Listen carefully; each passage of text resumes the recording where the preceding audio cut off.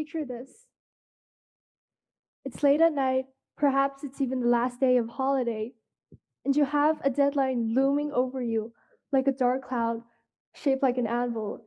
And yet you find your eyes glued to TikTok, Pinterest, Instagram, 小红书, mindlessly scrolling through hundreds and thousands of videos and comments. Sound familiar? It resonates even more when you come across something like this.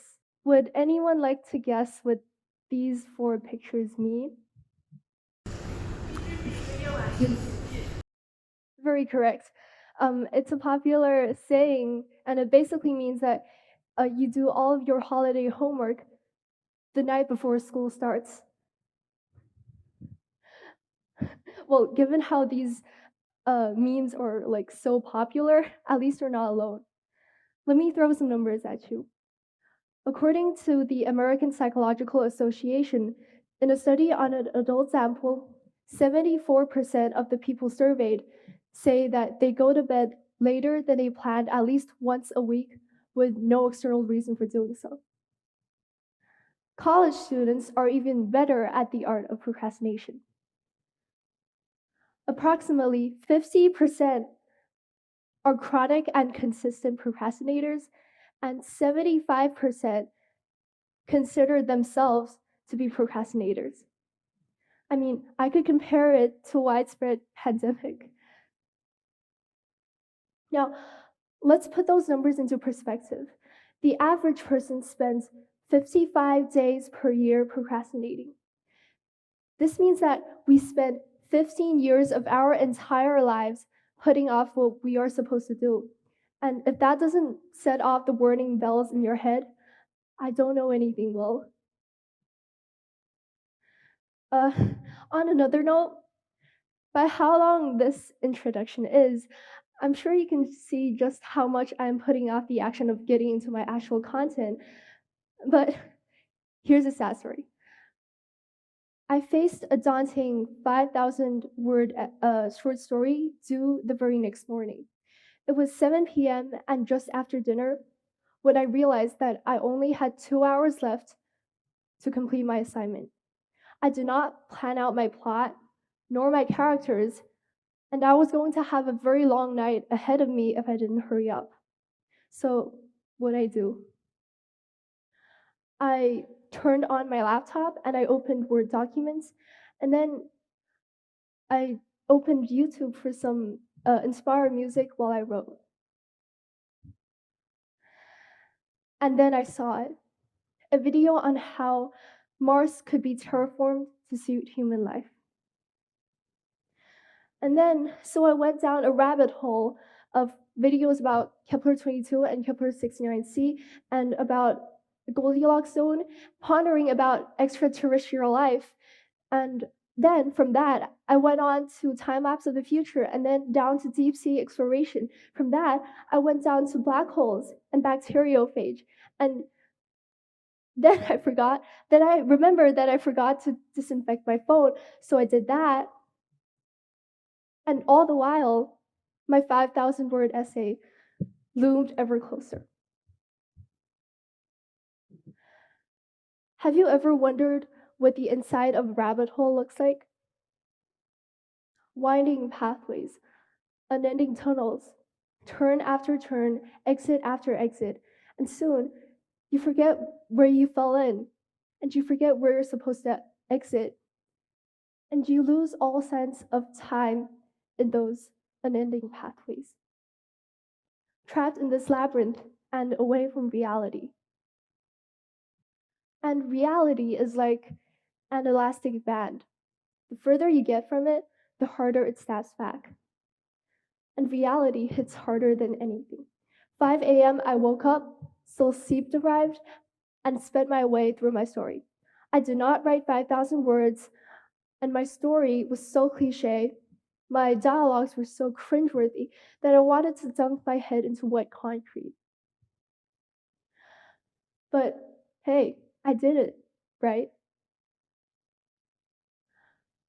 This happens over and over and over again with no sign of stopping anytime soon, and I'm probably going to be sleep deprived for the rest of my life.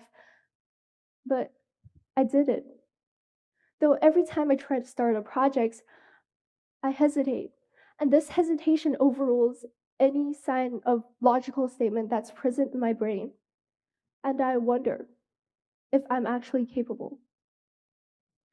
And was I? I did it once or twice or thrice, but what if there was one day when I couldn't do it? What if I couldn't do it once or twice or thrice?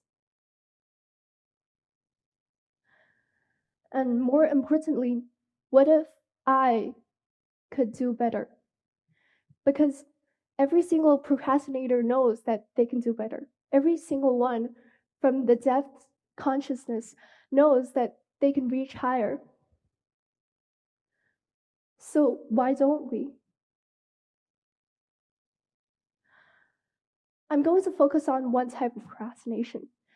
The type where you actively feel, where you are actually aware of the deadline, where you are actually aware of the behemoth of a task that is lying ahead.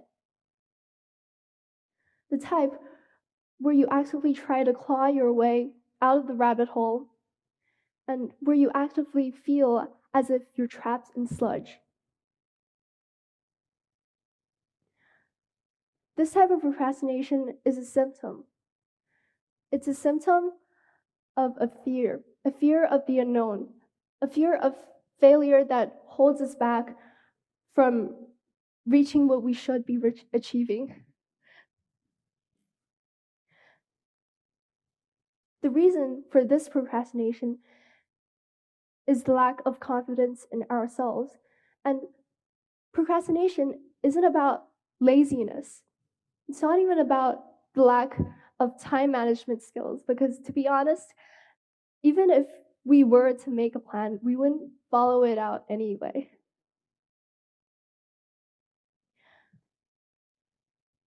In the very core, it's insecurity that fuels this vicious cycle. But how do we break out?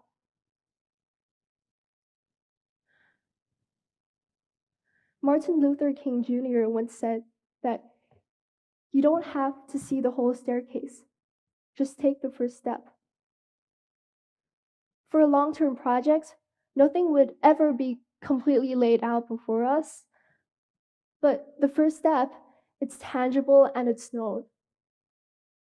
It could be starting the first sentence of your 1,000-word essay. It could be writing your name on top of the worksheets. It could be writing the first sentence of your novel. Because such a simple action would snowball into so much more. You'd think, if I have already done this much, I can do a little more. If I have already gone through a quarter of it, why not do another quarter? If I have already gone through halfway, then I can do another fifth. If I am already so close to finishing, why not be done with it? If pressing this button and handing it in means that all my fears and deadlines and worries will go far, far away from me, why not?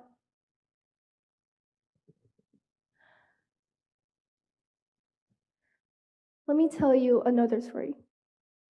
This is the first ever real speech that I have ever made, and not to mention it is in front of hundreds of people. When the forms came out back in November about the TEDx scripts entries, I wasn't sure if I'd be up to it. I mean, it wasn't mandatory. It was a huge project, and it could end up in a huge disaster. It was something unknown. And for all aspects, for any aspects, I should have procrastinated till the end of the world. I should have missed the deadline. But I didn't. I thought I couldn't do it, yet here I am. Thank you.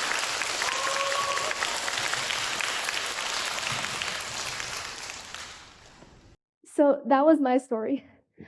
And you're here to make yours. So make it one that you would cherish.